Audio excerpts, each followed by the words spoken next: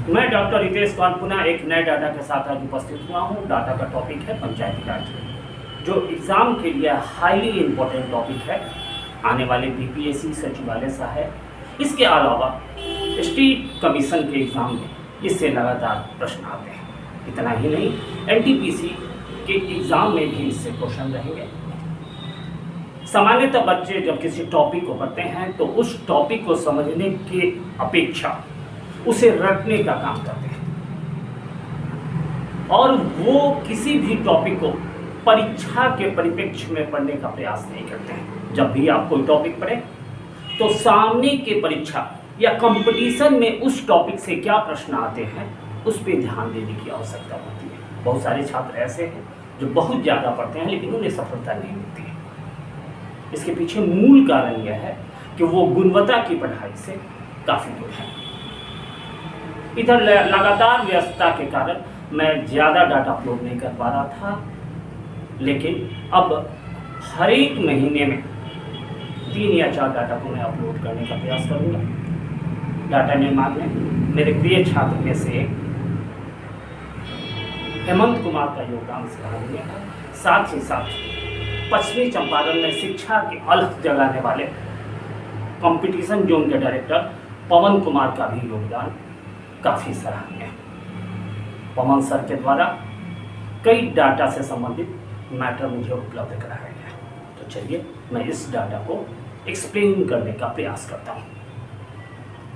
पंचायती राज को समझने के लिए सबसे ज़्यादा जरूरी है कि आप ये समझें कि भारत में प्रजातंत्र के विकास में पंचायती राज का अद्भुत योगदान है। स्थानीय स्वशासन का विकास कैसे हो, हमें स्थानीय स्तर पे, लोकल स्तर पे एडमिनिस्ट्रेशन में जनता की हिस्सेदारी को कैसे बढ़ाना है, कैसे गुड गवर्नेंस स्थानीय स्तर पे करना है, इसके लिए पंचायती राज को समझना काफ़ी आवश्यक है। सामान्यतः परीक्षा की नज़र से बच्चे 4 या 5 क्वेश्चन रट लेते हैं और सोचते हैं कि पंचायती राज पूरा हो गया।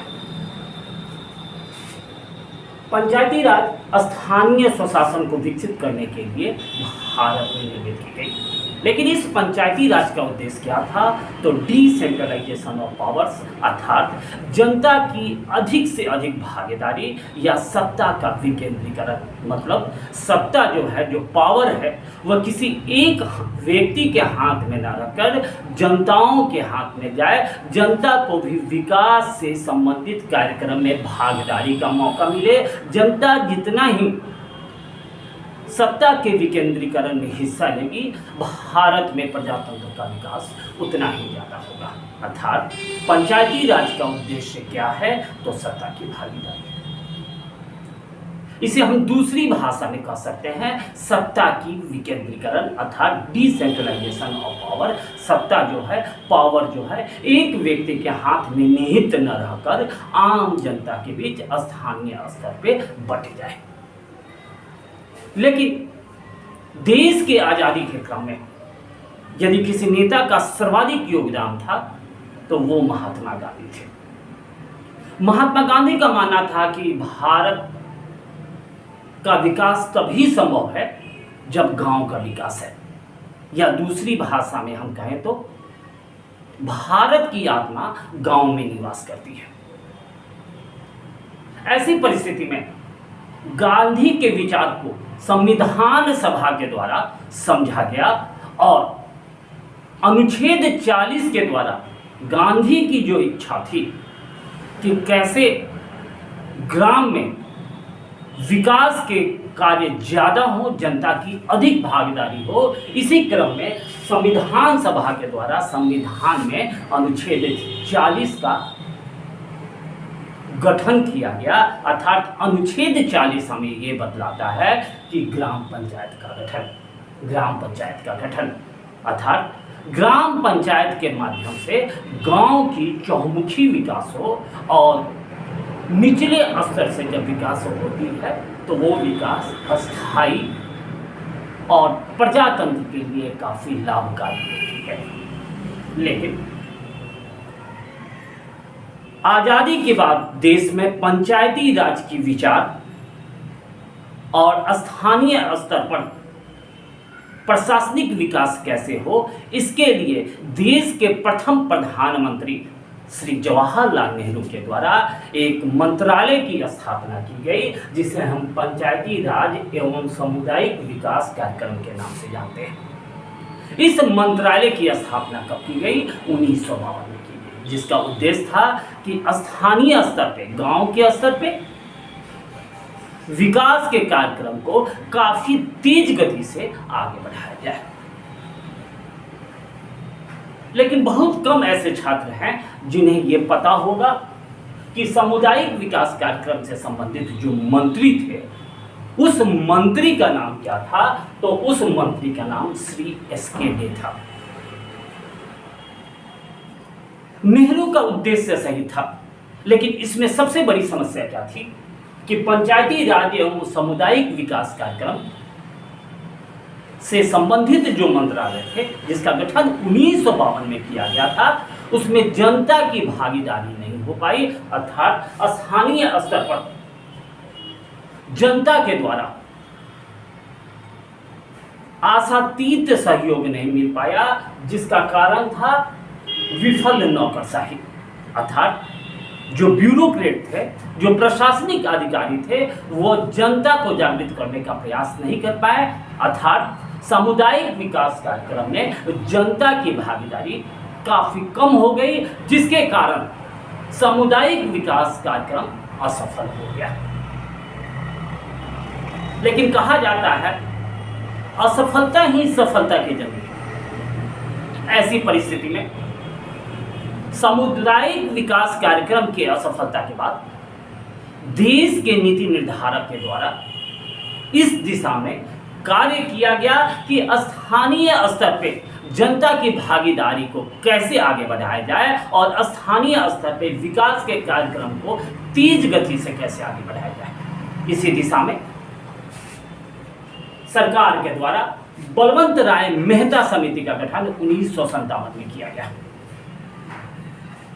इस बलवंत राय मेहता समिति के द्वारा अपनी रिपोर्ट 1957 में प्रस्तुत की गई, 1959 में प्रस्तुत की गई।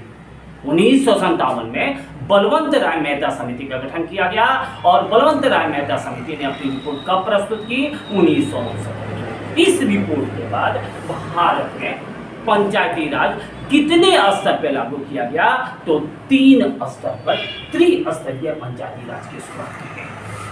अधिकांश छात्र को यह पता है कि भारत में पंचायती राज की शुरुआत कब की गई? तो 2 अक्टूबर 1959 को राजस्थान के नागौर जिले से की गई।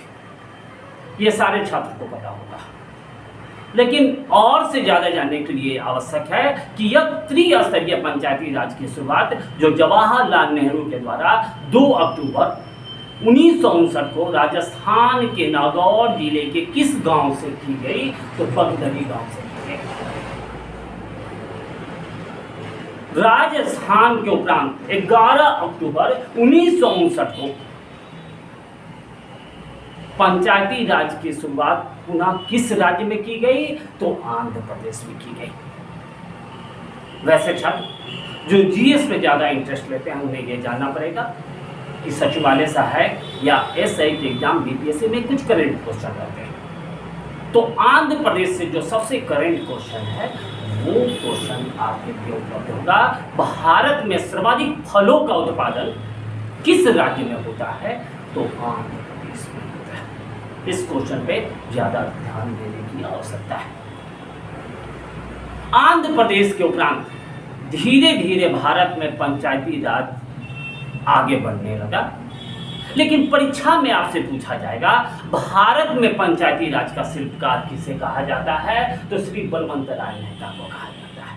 यह आपसे पूछा जाएगा कि भारत में पंचायती राज के सृजनकर्ता किसे माना जाता है? तो श्री बलवंत राय मेहता को माना जाता है।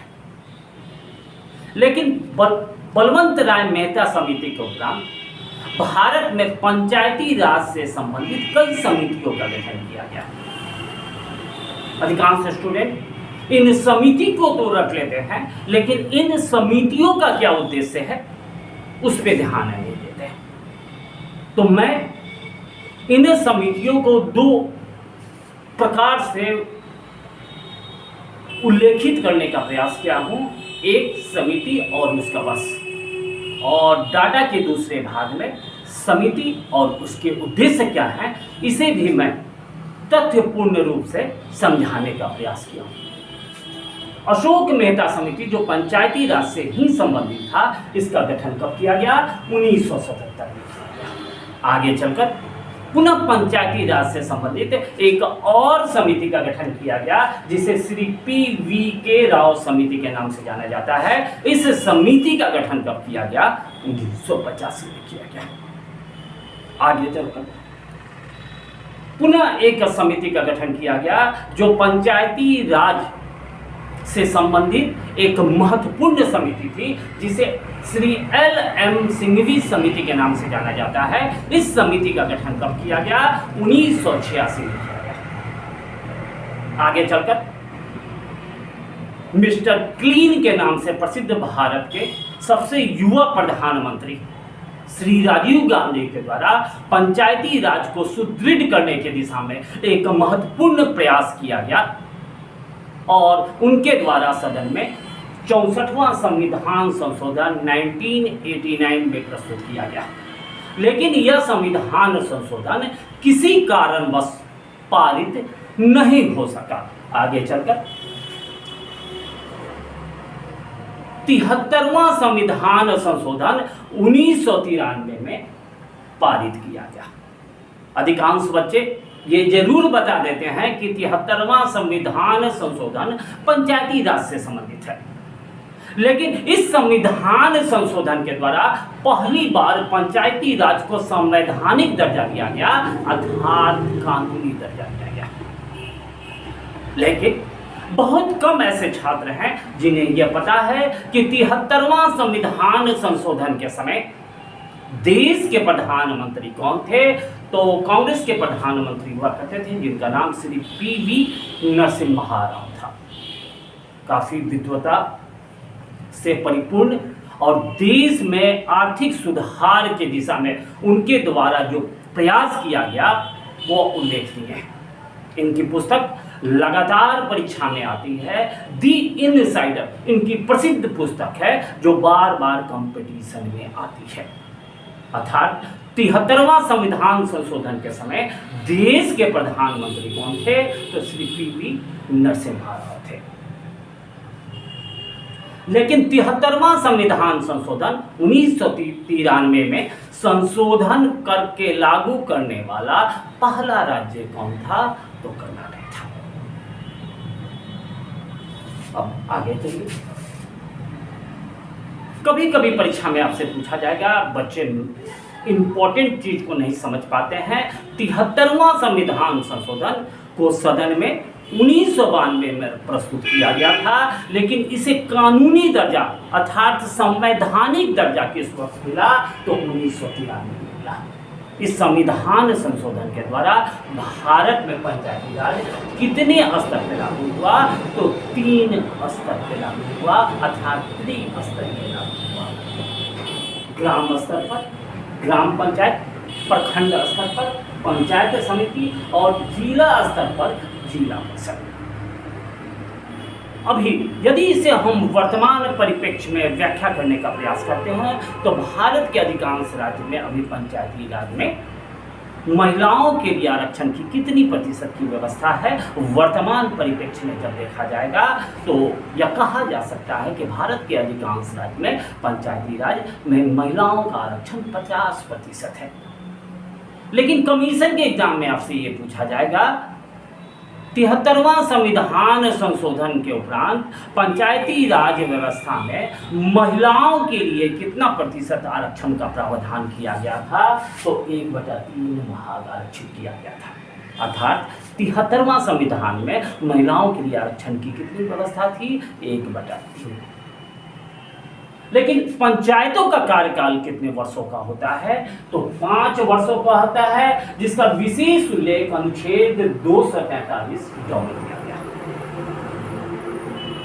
अंगों में दिया गया है। लेकिन अनुच्छेद 243 में यह इंगित की गई है पंचायत के सदस्य बनने के लिए पंचायत के सदस्य बनने के लिए आपकी न्यूनतम उम्र कितनी होनी चाहिए?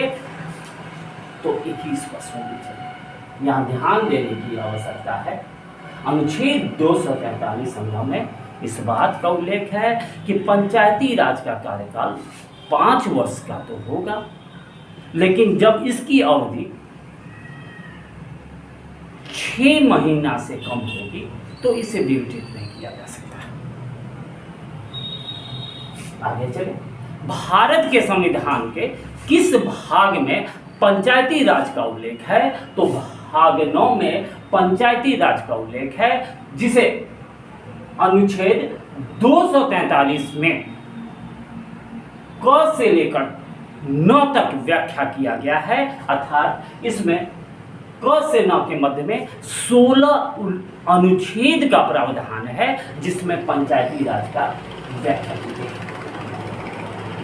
लेकिन पंचायती राज का उल्लेख संविधान में मूल रूप से 8 अनुसूचियां थी, और वर्तमान में संविधान में कितनी अनुसूची है? तो 12 अनुसूची।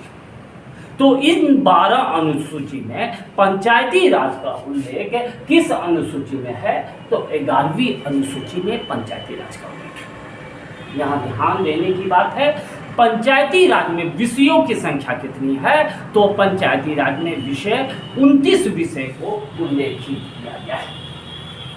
बिहार उन गिने चुने राज्य में है जहां महिलाओं के लिए पंचायती राज व्यवस्था में 50% का आरक्षण है। यह प्रावधान संपूर्ण देश में लागू होने के पहले बिहार के सरकार के द्वारा लागू कर दिया गया। बिहार में 50% महिलाओं के लिए आरक्षण की व्यवस्था किस वर्ष की गई थी? तो 2006 में की गई थी। लेकिन बिहार के अलावा इनमें और भी कई राज्य हैं जहां महिलाओं के सशक्तिकरण के लिए, एम्पावरमेंट के लिए, महिलाओं का प्रजातंत्र में अधिक भागीदारी के लिए 50% आरक्षण की व्यवस्था की गई। उन राज्य में मध्य प्रदेश, हिमाचल प्रदेश, उत्तराखंड और बिहार, जिस तरीके से मैं पहले किया हूँ, प्रमुख है। लेकिन केरल के अलावा राजस्थान, केरल के अलावा राजस्थान ऐसे राज्य थे जो इन 4 राज्यों के बाद ये घोषणा की कि मैं आगामी चुनाव, मतलब 2010 के चुनाव में पंचायती राज व्यवस्था में 50% आरक्षण का प्रावधान रखूंगा। भारत में पंचायती राज दिवस कब मनाया जाता है? तो 24 अप्रैल को मनाया जाता है। पहली बार पंचायती राज दिवस मनाने का निश्चय किस वर्ष किया गया? 2010 में किया गया। लेकिन 2022 में पंचायती राज दिवस नहीं बनाया गया, क्योंकि कोविड के संक्रमण के कारण इस दिशा में कार्य नहीं किया गया, और न ही 2022 में पंचायती राज दिवस का कोई थीम था।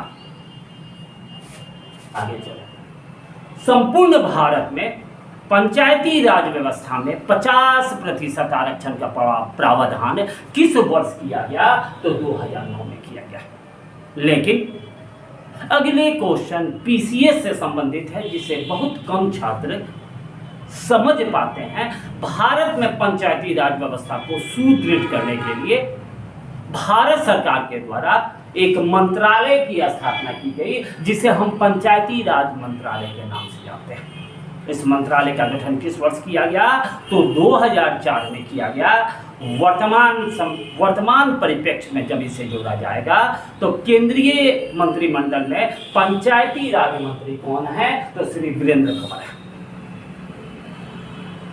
लेकिन चूंकि अभी बिहार सरकार के मंत्रिमंडल का गठन नहीं हुआ है, सिर्फ मुख्यमंत्री और उप मुख्यमंत्री की घोषणा की गई है, तो यह देखने वाली बात हो गई कि बिहार में पंचायती राज मंत्री किसे बनाया जाता है। 16 अगस्त को मंत्रिमंडल का गठन होगा। तो आप डाटा में बिहार से संबंधित पंचायती राज मंत्री का नाम जरूर इंगित कर लेंगे। अक्सर एग्जाम में ऐसे प्रश्न आते हैं। डाटा के एक भाग में मैंने पंचायती राज से संबंधित समितियों का उल्लेख किया है, लेकिन किस समिति में किस विषय का उल्लेख है उस पर भी गौर करने की आवश्यकता है। जैसे बलवंत राय मेहता समिति का उद्देश्य क्या था, उसकी क्या सिफारिश थी, तो उसकी सिफारिश थी स्थानीय स्तर पे सत्ता का विकेंद्रीकरण किया जाए, जनता की अधिक से अधिक भागीदारी की जाए और स्थानीय ही स्तर पर पंचायती राज की त्रिस्तरीय कॉन्सेप्ट जो है उसे लागू किया जाए। ठीक उसी प्रकार श्री अशोक मेहता समिति का क्या सिफारिश थी, तो द्विस्तरीय पंचायती राज की अवधारणा पर ये काम करने की सलाह दिए। 2 स्तर पे ही पंचायती राज रहे, साथ ही साथ जिला परिषद को विकास का केंद्र बिंदु बनाया जाए। स्थानीय स्तर पे जो कार्यक्रम बनेंगे वो किसके द्वारा बनेंगे, तो जिला परिषद के द्वारा बनेंगे और वो जिला परिषद विकास का मुख्य केंद्र होगा। आगे चलकर श्री PVK राव समिति का गठन किया गया। इस समिति ने सरकार को सिफारिश दी कि गरीबी उन्मूलन,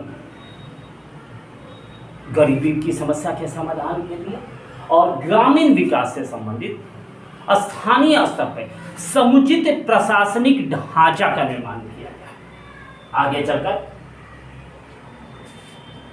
राव समिति के द्वारा एक और महत्वपूर्ण सिफारिश की गई कि जो स्थानीय स्तर पर पंचायती राज होगी उसका स्तर कितना होगा, तो उसका स्तर 4 स्तरीय होगा। अर्थात पंचायती राज में राव समिति की सिफारिश ये थी कि राज्य विकास परिषद, उसके बाद जिला परिषद, उसके बाद मंडल पंचायत, उसके बाद ग्राम सभा की स्थापना की जाए, जिससे विकास की गति और तेज होगी।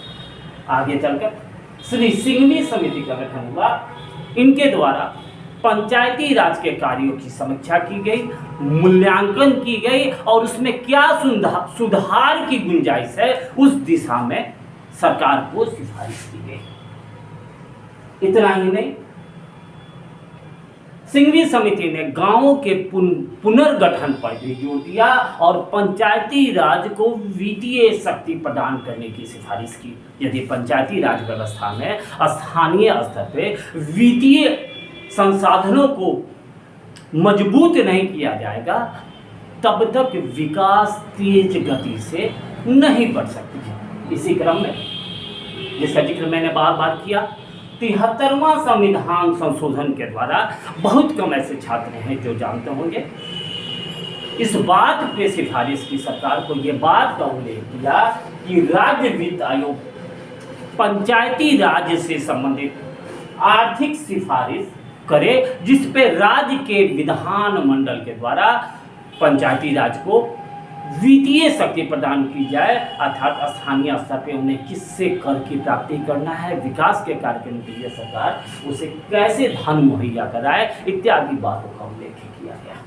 साथ ही साथ पंचायती स्तर पे चुनाव के लिए राज्य निर्वाचन आयोग, जिसका उल्लेख अनुच्छेद 243 में है, उसमें इस बात का उल्लेख किया गया कि राज्य स्तर पर पंचायती राज्य के चुनाव से संबंधित राज्य निर्वाचन आयोग अपने महत्वपूर्ण भूमिका का उल्लेख करे, जिसका उल्लेख अनुच्छेद 243 में किया गया है। लेकिन भारत में कई ऐसे राज्य हैं जहां पंचायती राज का कॉन्सेप्ट नहीं है, अर्थात वहां पंचायती राज लागू नहीं है, जैसे मिजोरम, नागालैंड, मेघालय। साथ ही साथ केंद्र शासित राज्य दिल्ली में भी पंचायती राज लागू नहीं है। ये पंचायती राज से संबंधित महत्वपूर्ण तथ्य है, इसे बार बार देखें। इस डाटा को ज़्यादा से ज़्यादा शेयर करें, लाइक करें और सब्सक्राइब करें। आपके जो भी सुझाव हों वो जरूर दें। जाते जाते, मुसीबतों से निखरती है शख्सियत यारो, मुसीबतों से निखरती है शख्सियत यारो, चट्टान से न उलझे, जो चट्टान से न उलझे वो झरना किसका होगा। मुसीबत से निखरती है शख्सियत यारो, जो झरना चट्टान से न उलझे वो किसका होगा। जाते जाते व्यस्त रहे, मस्त रहे, कम पढ़े लेकिन मन से पढ़े। अगले डाटा कुछ दिनों में पुनः अपलोड किया जाएगा।